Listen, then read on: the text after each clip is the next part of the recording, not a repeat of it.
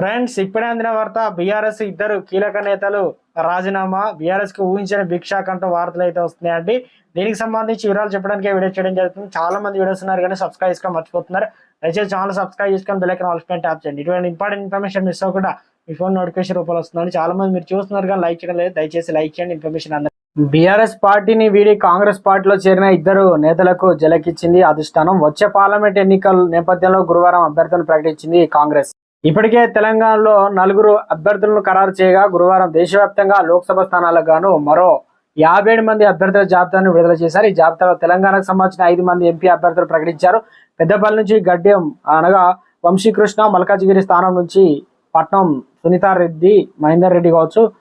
సికింద్రాబాద్ నుంచి దానం నాగేంద్ర పేర్లు ప్రకటించారు. చేవల నుంచి రంజిత్ రెడ్డి, నగర్ కర్నూలు నుంచి మల్లూరు రవి పోటీలో ఉంటారు. అయితే సికింద్రాబాద్ సీటు ఆశించిన బొంతు రామ్మోహన్, పెద్దపల్లి సీటు ఆశించిన సిట్టింగ్ ఎంపీ బోరకుంట వెంకటేష్ నేత ఇద్దరికి ఎంపీ టికెట్ ఇవ్వకుండా మొండి హస్తం చూపించింది. కానీ ఇటీవల కాంగ్రెస్ లో చేరిన ఎమ్మెల్యే దానం నాగేందర్, రంజిత్ రెడ్డికి మాత్రం టికెట్లు అయితే దక్కాయి.